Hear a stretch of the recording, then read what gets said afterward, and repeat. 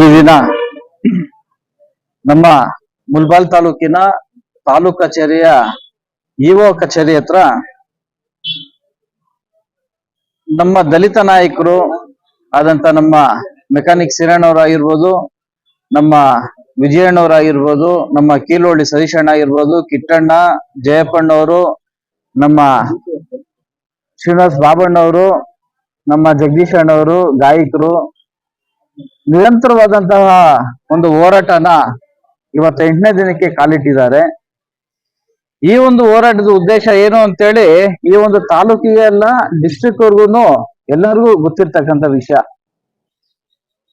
ಒಂದು ಗೋರ್ಮೆಂಟ್ ಕಡೆಯಿಂದ ಆದೇಶ ಆಗಿರುವಂತ ಒಂದು ಪಂಚಾಯತಿನ ಈ ದಿನ ಅಲ್ಲಿಗೆ ಆ ಒಂದು ಮುದಗಿರಿ ಗ್ರಾಮಕ್ಕೆ ಮಾಡ್ಕೊಡಿ ಅಂತ ಕೇಳೋದಕ್ಕೆ ಈ ಒಂದು ಹೋರಾಟ ನಡೀತಾ ಇದೆ ಅಂತಂದ್ರೆ ಇದ್ರ ಬಗ್ಗೆ ನಮ್ಮ ಇಒ ಆಫೀಸರ್ ಆಗಿರ್ಬೋದು, ನಮ್ಮ ತಹಸೀಲ್ದಾರ್ ಮೇಡಮ್ ಅವರು ಆಗಿರ್ಬೋದು, ಈ ದಿನ ಈ ಒಂದು ಹೋರಾಟಕ್ಕೆ ನಮ್ಮ ಡಿಸಿ ಅವ್ರನ್ನ ಕರೆಸಿ ಈ ಒಂದು ಹೋರಾಟದ ಜಾಗದಲ್ಲಿ ಡಿಸಿ ಅವ್ರನ್ನ ಕರೆಸಿ ಈ ಒಂದು ಹೋರಾಟನ ಕೈ ಬಿಡಬೇಕು ಅಂತ ಹೇಳಿ ಡಿಸಿ ಅವ್ರು ಕೇಳಿದಾಗ ಯಾವುದೇ ಕಾರಣಕ್ಕೂ ನಮ್ಮ ಹೋರಾಟದ ಗೆಲುವು ನಮ್ಗೆ ಸಿಗೋವರೆಗೂ, ನಮ್ಮ ಹೋರಾಟದ ಜಯ ನಮ್ಗೆ ಸಿಗೋವರೆಗೂ ನಾವು ಇಲ್ಲಿಂದ ಜಾಗ ಖಾಲಿ ಮಾಡೋದಿಲ್ಲ, ಶಾಂತಿಯುತವಾದಂತಹ ಹೋರಾಟ ಮಾಡ್ತೀವಿ ಅಂತ ಹೇಳಿ ಅಲ್ಲವರೆಗೂ ನಾವು ಇಲ್ಲೇ ಕೂತು ನಾವು ಶಾಂತಿಯುತವಾದಂತಹ ನಾವು ಹೋರಾಟ ಮಾಡ್ತೀವಿ ಅಂತ ಹೇಳಿ ಒಂದು ಭರವಸೆ ಕೊಟ್ಟಿದ್ದಾರೆ.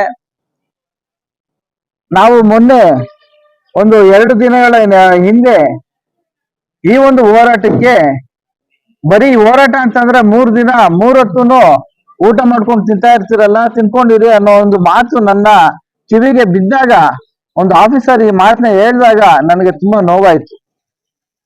ಈ ಒಂದು ಜಾಗದಲ್ಲೇ ಬದಲು 3 ಹೊತ್ತು ಮಾಡ್ಕೊಂಡು ತಿನ್ನೋ ಅಂತ ಜಾಗ ಇದ. ನಾವಿಲ್ಲಿ 3 ಹೊತ್ತು ನಾವು ಊಟ ಮಾಡ್ಕೊಂಡು ತಿನ್ನೋದಕ್ಕೆ ಅಂತೇಳಿ ನಾವು ಈ ಜಾಗದಲ್ಲಿ ಇದೀವ. ಅಂದ್ರೆ ನಾವಿಲ್ಲಿ ತಿನ್ಕೊಂಡಿರೋದ್ರಿಂದ ನೀವೆಲ್ಲ ನೆಮ್ಮದಿಯಾಗಿದ್ದೀರಾ? ಸರಿ, ಆಯ್ತು, ಬೇಡ. ನಿರಂತರವಾದಂತಹ ಒಂದು ಉಪವಾಸ ಸತ್ಯಾಗ್ರಹನ ನಾವು ಹಮ್ಮಿಕೊಳ್ತೀವಿ, ಊಟನೇ ಮಾಡೋದಿಲ್ಲ.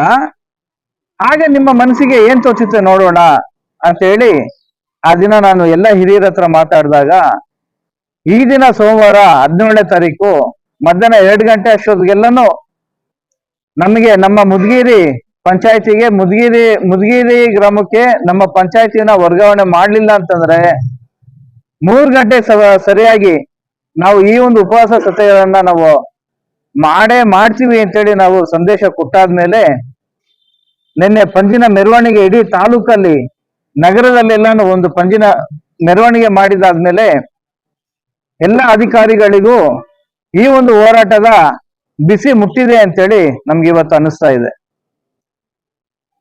ಈಗಾಗ್ಲೇ ನಾನು ಈ ಉಪವಾಸ ಸತ್ಯಾಗ್ರಹ ಮಾಡಿ 2 ಅವರ್ ಆಗ್ಬೇಕಾಯ್ತು. ಇಷ್ಟೊತ್ತಿಗೆ 3 ಗಂಟೆಯಿಂದ ಈಗ 5 ಗಂಟೆ ಆಗ್ತಿದೆ. ಆದ್ರೆ ಡಿಸಿ ಅವ್ರು ಕೊಟ್ಟಂತಹ ಒಂದು ಭರವಸೆ ಮೇರೆಗೆ ಇಲ್ಲಿನ ಎಲ್ಲಾ ನಾಯಕರು ಬೇಡ, ಅವ್ರ ಮಾತಿಗೊಂದು ಗೌರವ ಕೊಡೋಣ, ನಾಳೆ ನಾಡಿದ್ದು ನೋಡೋಣ, ಮಾಡ್ತಾರೆ ಅನ್ನೋ ಭರವಸೆ ಎಲ್ಲರಿಗೂ ಬಂದಿದೆ ಈಗಾಗ್ಲೇ. ಅದೇನಾದ್ರೂ ಆಗ್ದಿರ ಇರುವಂತ ಸಮಯದಲ್ಲಿ ಉಪವಾಸ ಸತ್ಯಾಗ್ರಹನ ಮತ್ತೆ ನಾವು ಪ್ರಾರಂಭ ಮಾಡೋಣ ಅಂತೇಳಿ ಎಲ್ಲ ನಾಯಕರು ಹೇಳಿದ್ಮೇಲೆ ಈ ದಿನ ನಾವು ಉಪವಾಸ ಸತ್ಯಾಗ್ರಹನ ನಾವು ಇಲ್ಲಿಗೆ ಕೈ ಬಿಟ್ಟಿದೀವಿ, ನಾವು ಮಾಡ್ತಾ ಇಲ್ಲ. ಈ ಉಪವಾಸ ಸತ್ಯಾಗ್ರಹ ಮಾಡ್ಬೇಕು ಅನ್ನೋದು ನಮ್ಗೇನ್ ಆಸೆ ಏನಿಲ್ಲ. ಆದ್ರೆ ಯಾವ ಆಫೀಸರ್ 3 ಹೊತ್ತು ತಿನ್ಕೊಂಡು ನೆಮ್ಮದಿಯಾಗಿದ್ದಾರೆ ಅಂತ ಹೇಳ್ತಿದಾರಲ್ಲ, ಅವ್ರ ಹೆಸರು ನಾನು ಯಾರಿಗೂ ಹೇಳಿಲ್ಲ. ಆದ್ರೆ ಅದೊಂದ್ ಸ್ವಲ್ಪ ಈ ಒಂದು ವಿಡಿಯೋ ಮುಖಾಂತರ ಹೇಳ್ತೀನಿ. ದಲಿತರೇ ಅಲ್ಲ, ಯಾರೇ ಹೋರಾಟಗಾರರು ಹೋರಾಟ ಮಾಡ್ತಾರೆ ಅಂತಂದ್ರೆ ನ್ಯಾಯಯುತವಾದಂತ ಹೋರಾಟ ಆಗಿದ್ರೆ ಮಾತ್ರನೇ ಈ ಒಂದು ತಹಸೀಲ್ದಾರ್ ಕಚೇರಿ ಹತ್ರ ಮುಂದೆ ಬಂದು ಕೂರೋದಿಕ್ ಸಾಧ್ಯ. ನ್ಯಾಯಯುತವಾದಂತ ಹೋರಾಟ ಅಲ್ಲ ಅಂತಂದ್ರೆ ಯಾರು ಬರೋದಿಕ್ ಸಾಧ್ಯನೇ ಇಲ್ಲ. ಇಲ್ಲಿ ಬಂದು ನಾವು ಕೂತಿದೀವಿ ಅಂತಂದ್ರೆ ನ್ಯಾಯಯುತವಾದಂತ ಹೋರಾಟ ನಮ್ಮಲ್ಲಿ ಇದೆ ಅನ್ನೋದು ನಿಮ್ಗೂ ಗೊತ್ತು. ಆದ್ರೆ ಏನಕ್ಕೆ ಈ ತಕರಾರನ್ನ ನೀವು ಎಳಿತಾ ಇದ್ದೀರಾ, ತಗೋಬರ್ತಿದ್ದೀರಾ ಅನ್ನೋದು ನನ್ಗೆ ಗೊತ್ತಿಲ್ಲ. ಆದ್ರೆ ಈ ಒಂದು ಸಂದರ್ಭದಲ್ಲಿ ನಾನೊಂದು ವಿಷಯ ಹೇಳೋದಕ್ಕೆ ನಾನು ಇಷ್ಟಪಡ್ತೀನಿ. ರಾಜಕೀಯವಾಗಿ ನಾನೊಂದ್ 2 ಮಾತು ನಾನು ಹೇಳೋದಾದ್ರೆ, ನಮ್ಮ ಬಿಜೆಪಿಯ ನಮ್ಮ ಜಿಲ್ಲಾ ಅಧ್ಯಕ್ಷ ಓಂಶಕ್ತಿ ಚಲಪತಿ ಅವರಿಗೆ ಮತ್ತೆ ನಮ್ಮ ರಗಣ್ಣ ಅವ್ರಿಗೆಲ್ಲಾನು ನಾನು ಈ ವಿಷಯನ ನಾನು ತಿಳಿಸಿದಾಗ, ನೋಡಿ ಸತೀಶ್, ನಮ್ಮ ಪಕ್ಷದ ಸಿದ್ಧಾಂತ ದಲಿತರಿಗೆ ಎಲ್ಲಿ ಅನ್ಯಾಯ ಆಗಿದೆ ಅಲ್ಲಿ ನಾವು ಇರಬೇಕು, ಇದು ನಮ್ಮ ಆದೇಶ ಆಗಿದೆ.